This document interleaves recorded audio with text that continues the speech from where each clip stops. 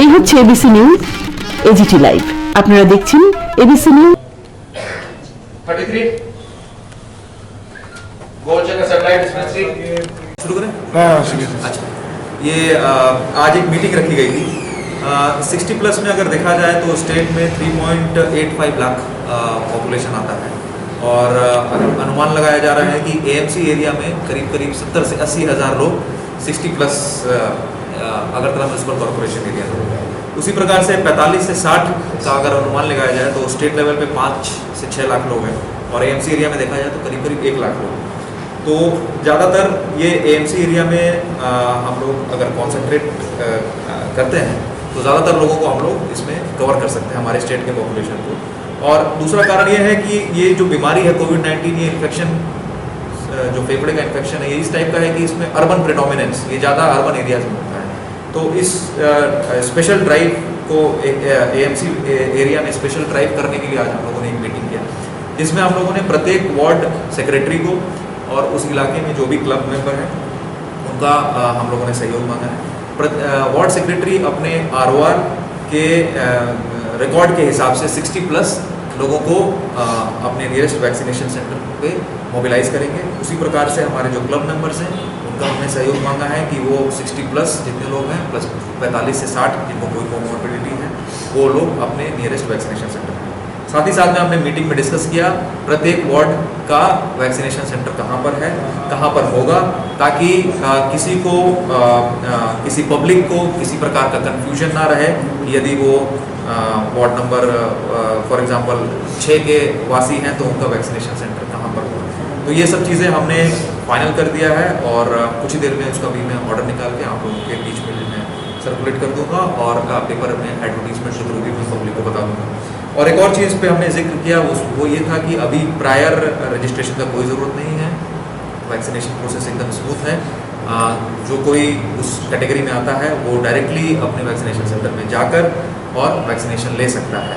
किसी भी बेनिफिशियरी को वैक्सीनेशन दिए बिना किसी डॉक्यूमेंट के कारण या फिर किसी और कारण की वजह से मना नहीं किया जाएगा। हम लोगों ने स्टेट लेवल पे ऐसा प्रिंसिपल अपनाया है कि जो कोई वैक्सीनेशन के लिए यदि वो उस कैटेगरी में आता है, वैक्सीनेशन के लिए वैक्सीनेशन सेंटर पे जाता है तो उसको वैक्सीनेशन के लिए मना नहीं किया जाएगा, उसको वैक्सीनेशन दे देंगे। और यदि उसका कुछ कागज मिसिंग भी है, कुछ डॉक्यूमेंट नहीं है तो हम लोग बाद में उसको कॉन्टैक्ट करके लेंगे। Thank you.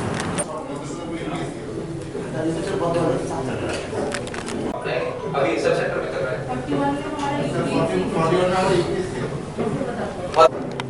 Madhya Pratapgarh UPSC आपका कोटवाली सब सेंटर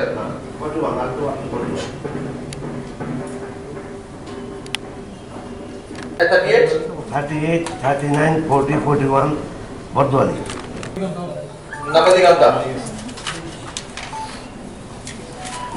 36 34 में कौन दिया? हाँ ये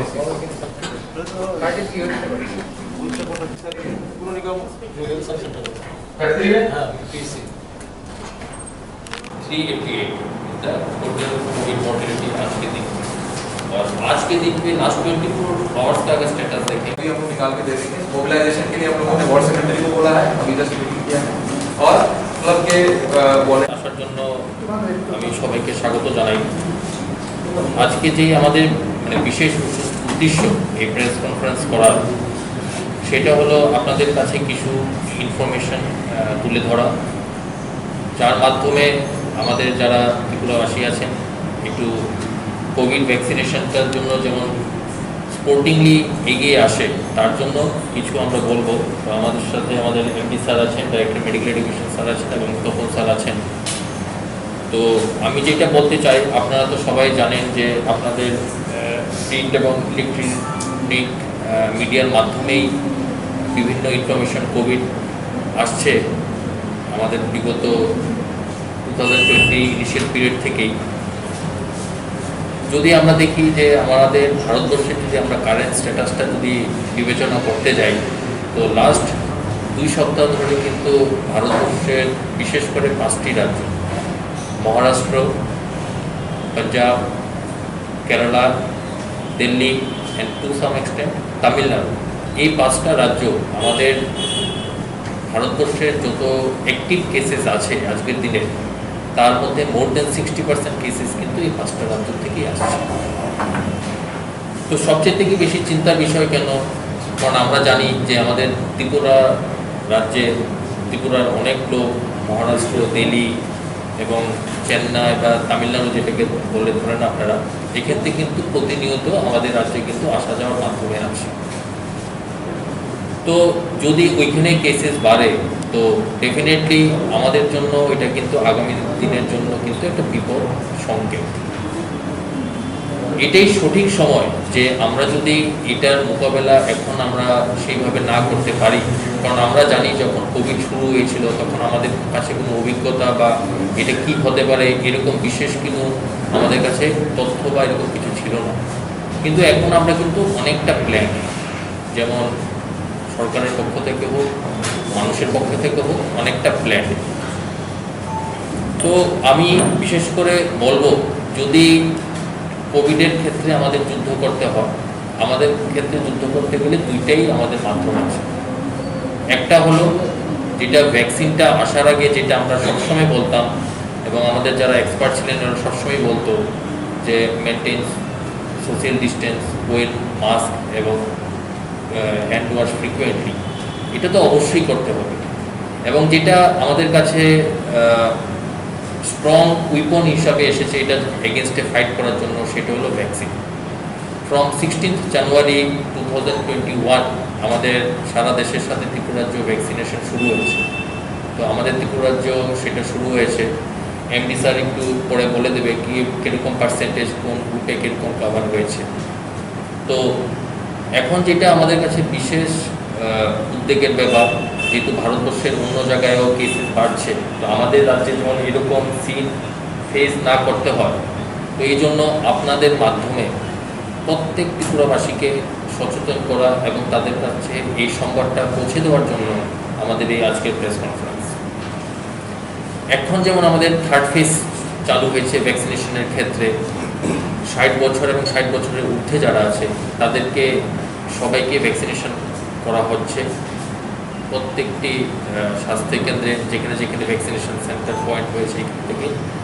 এবং 45 থেকে 60-এর মধ্যে যাদের কোমরবিডিটিস আছে, মানে অন্য রোগে যারা আক্রান্ত আছেন ওই বয়সের মধ্যে, তাদেরকে বিনামূল্যে সরকারের পক্ষ থেকে সব জায়গায় এই ভ্যাকসিনেশন করা হচ্ছে। যদি আমরা দেখি বিগত, আমি জাস্ট লাস্ট 2 মাসের একটা তথ্য দিয়ে আপনাদের কাছে বলতে, কোভিড যদি শেষ হয়ে যায় আমরা যদি ভেবে থাকি, তবে এটা আমরা প্রত্যেকেই আমরা এটা ভুল করব এবং এই ভুলের খেসারত কিন্তু আমরা যদি এখন সচেতন না হই, আগামী দিনে কিন্তু আমাদের দিতে হবে। তো যেহেতু আমাদের কাছে এখন একটা কোভিডের এগেনস্টে ফাইট করার জন্য আমাদের একটা মাধ্যম এসে গেছে, সবাই এটার যেমন নিতে পারে সেই জন্য কিন্তু আমাদের সবাইকে এগিয়ে আসতে হবে। যদি আমরা আপনাদেরকে আমি ধরে শুধু জানুয়ারি মাসের তথ্যটাই দিই, যদি জানুয়ারি মাসের প্রথম সপ্তাহে দেখি, আমি প্রথম সপ্তাহে কিন্তু আমাদের রাজ্যে কিন্তু পজিটিভ কেসেস পাওয়া গেছিল 26 জন, তারপরে সপ্তাহে পাওয়া গেছে 19 জন, তারপরে সপ্তাহে গেছে 7 জন, তারপরে সপ্তাহে 5 জন, তারপরে সপ্তাহে 2 জন, তারপরে সপ্তাহে 4 জন, তারপরে সপ্তাহে 43 জন, তারপরে সপ্তাহে 22 জন, তো তারপরে সপ্তাহে 3 জন। তো আর বাকি এখন সপ্তাহে কমপ্লিট হয়ে থেকে এই তথ্যটা আমি দিইনি। তো ডেফিনেটলি যদি আমরা মনে ধরে রাখি যে কেসেস কম হয়েছে, তো কিন্তু এটা আমাদের ভুল ধারণা হবে। আরেকটা সবচেয়ে বড় জিনিস হলো, এখানে যতগুলি কেসেসের সংখ্যা আমি আপনাদেরকে তথ্য দিয়ে জানালাম, তার মধ্যে কিন্তু more than 80% cases are positive by RT-PCR test. তো ডেফিনেটলি আমাদের এই বিষয়ে অনেক সচেতন হতে হবে এবং আপনাদের মাধ্যমে আমাদের রিকোয়েস্ট থাকতে হবে যেমন সবাই ভ্যাকসিনেশনটার জন্য এগিয়ে আসুক। বাকি আমি আমাদের যারা স্যাররা, আমি doctor Tapan Majumdar, already doctor Deep আপনাদের উপকারিতা। একটা জিনিস আমি বলতে চাই যে ভ্যাকসিন নিয়ে যে হেজিটেশন আছে এখনো, অনেকেই ঠিক ডাইলেমাতে আছে, অনেকের সঙ্গে কথা বললে বোঝা যায় যে এটা দ্বন্দ্বে আছেন ভ্যাকসিন নেব কি নেব না। আমার মনে হয় এই ব্যাপারে কোনো ডাইলেমা থাকা উচিত নয়, কারণ আমরা যারা ফ্রন্টলাইন ওয়ার্কার আছি আমরা কিন্তু অলরেডি সবাই ভ্যাকসিনেটেড। অলমোস্ট 100% ভ্যাকসিনেটেড, এবং এখন অবধি কারোর কিন্তু কোনো প্রবলেম হয়নি, এবং আমরা দুটো ডোজে কমপ্লিট, আমি নিজেও দুটো ডোজ কমপ্লিট করেছি। তো একটা জিনিস নিশ্চিন্ত কর, ভ্যাকসিন কি আমাদের কি করবে না করবে এটা এখনো খুব প্রিমেচিউর, আমরা ঠিক বলতে পারছি না। কিন্তু একটা জিনিস পরিষ্কার, একটা জিনিস নিয়ে সবাই সহমত যে এই দুটো ডোজ যদি ভ্যাকসিন নিই, করোনা হয়তো ইনফেকশন হতে পারে কিন্তু সিভিয়ারিটি হবে না, করোনার থেকে যে মৃত্যু হয় সেটা থাকবে না যারা ভ্যাকসিনেটেড থাকবে। অতএব যারা আনভ্যাকসিনেটেড থাকবেন ওনারা কিন্তু সবসময় এটা সাসেপ্টিবল হিসাবে থাকবেন। তো সেই দিক থেকে আমি সবাইকে অনুরোধ করব, যারা 60-এর ঊর্ধ্বে আছেন তারা তো অবশ্যই নেবেন, এবং 45 থেকে 60-এর মধ্যে আবার অনেকের কনফিউশন, অনেকে যেমন বাইপাস করিয়েছেন, অনেকের পেসমেকার আছে, অনেকের স্ট্যান্ড পড়ানো আছে, ওনারা কি ভ্যাকসিন কি নেবেন না। তো এ নিয়েও কোনো দ্বিমত থাকা উচিত না, কারণ এগুলো কোনো কন্ট্রাইন্ডিকেশন নয়। যে কোনো ডিভাইসে থাকুক না কেন ভ্যাকসিন নিতে কোনো আপত্তি নেই। ডায়ালাইসিস পেশেন্ট নির্ভয়ে ভ্যাকসিন নিতে পারেন, এবং যেহেতু কোমরবিডিটি হাই রিস্ক গ্রুপের মধ্যে থাকে ওনাদের সবচেয়ে বেশি ভ্যাকসিন নেওয়া উচিত। দুটো চ্যালেঞ্জ আমাদের সামনে, একটা হচ্ছে যেটা দীপ বললো যে আমরা চাই না যে ত্রিপুরাতে সেকেন্ড ওয়েভ আসুক, যে কোনোভাবেই আমাদের সেকেন্ড ওয়েভকে আমাদের প্রতিহত করতে হবে। সেকেন্ড হচ্ছে যে রিসেন্টলি আপনারা শুনতে পাচ্ছেন যে UK variant, south African variant এবং ব্রাজিল ভেরিয়েন্ট, এই তিনটে ভেরিয়েন্ট আমাদের জন্য খুব খতরনাক হয়ে আসছে, এবং অলরেডি ইন্ডিয়াতে ইউকে ভেরিয়েন্টও আছে, এবং গতকাল যদি খেয়াল করে থাকেন কর্ণাটকে সাউথ আফ্রিকান ভেরিয়েন্টও পাওয়া গেছে। সো এই যে আমাদের ট্যুরিজম চলছে, মানে এখন যে ট্রাভেল চলছে, কর্ণাটক থেকে কিন্তু লোক আমাদের এখানে আসছে, আর আমাদের এখান থেকে তো আমি ব্যক্তিগতভাবে জানি, কারণ যেহেতু আমাদের সেন্টারে মাত্র আরটিপিসিআর হচ্ছে, এখন প্রচুর লোক আন্দামান যাচ্ছে, দুবাই যাচ্ছে, সাউথ ইন্ডিয়া যাচ্ছে, বিভিন্ন জায়গায় যাচ্ছে, টেস্ট করিয়েই যাচ্ছে, কিন্তু ফেরত আসার পরে কিন্তু আমরা টেস্ট করতে পারছি না।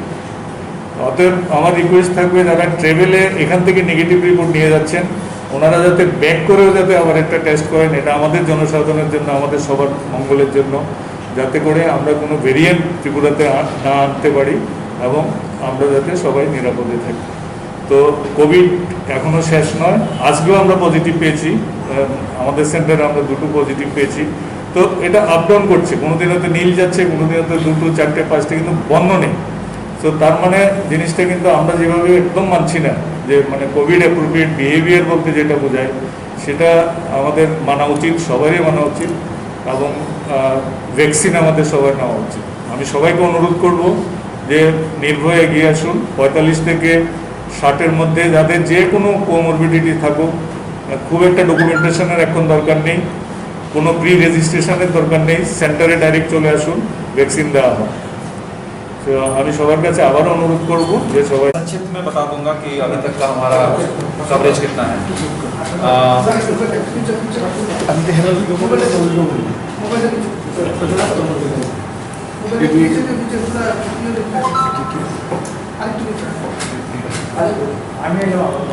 हमारा परफॉर्मेंस हमारे स्टेट का किस प्रकार से वैक्सीनेशन को लेकर है, तो फर्स्ट फेज में जब हमने हेल्थ केयर वर्कर्स को कराया था तो फर्स्ट डोज 88.5% लोगों ने वैक्सीनेशन ले लिया है टारगेट के अनुसार, और सेकेंड डोज 74.6% लोगों ने ले लिया है। तो जैसे जैसे लोगों का समय आ रहा है लोग अपना सेकेंड डोज भी ले रहे हैं, उसमें कोई समस्या नहीं। उसी प्रकार field level worker first dose 82.1% लोगों ने ले लिया है, और सेकेंड डोज 14.9% लोगों ने ले लिया है। उनका भी जैसे जैसे समय आ रहा है वो लोग अपना अपना वैक्सीनेशन ले रहे हैं। कहने का मतलब है कि जो हमारे सबसे हाई रिस्क ग्रुप्स थे, हेल्थ केयर वर्कर और फील्ड लेवल वर्कर, उनके बीच में वैक्सीनेशन का रेट काफ़ी अच्छा है और सराहनीय है। लेकिन जब हम फेज 3 की बात करते हैं जिसमें मोर देन 60 ईयर्स के लोग आते हैं, या फिर 45 से 60 साल के बीच के लोग आते हैं जिनको कोई कोमॉर्बिडिटी है, ये लोग भी एक हाई रिस्क ग्रुप में आते हैं। और ऐसा देखा गया है, मतलब ऐसा अनुमान लगाया गया है कि हमारे स्टेट में पूरे स्टेट को मिलाकर 3.85 लाख पॉपुलेशन है 60 प्लस। उसी प्रकार से 5 से 6 लाख का पॉपुलेशन है 45 से 60 के बीच में। तो अगर हम 20% का अगर हम अनुमान लगाते हैं कोमॉर्बिडिटी का, तो उसी के हिसाब से हमारा 45 टू 60 ईयर्स का भी टारगेट हमें पता है।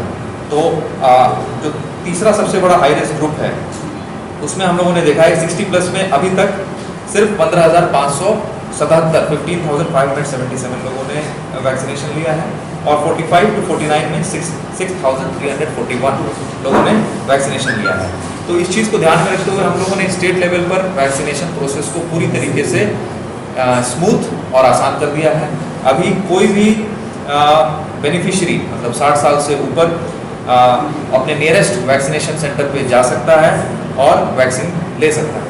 इसके लिए प्रायर रजिस्ट्रेशन, ऑनलाइन रजिस्ट्रेशन का कोई ज़रूरत नहीं है, सिर्फ अपना आईडी कार्ड लेके जाना है और आईडी कार्ड के अगेंस्ट में उनको वैक्सीनेशन दिया जाएगा। उसी प्रकार से 45 से 59 ईयर्स जिनका उम्र है और जिनको किसी प्रकार का कोमॉर्बिडिटी है, जैसे कि शुगर, हाइपरटेंशन, कैंसर या हार्ट का डिजीज़, तो उन लोगों को भी हम लोगों ने सुविधा मुहैया कराया है कि वो लोग डायरेक्टली किसी वैक्सीनेशन सेंटर में जा सकते हैं अपना आईडी कार्ड लेकर और वहाँ पर जो भी वैक्सीनेशन इंचार्ज होगा उनको वो कोमॉर्बिडिटी का सर्टिफिकेट दे देगा और वैक्सीनेशन दे देगा।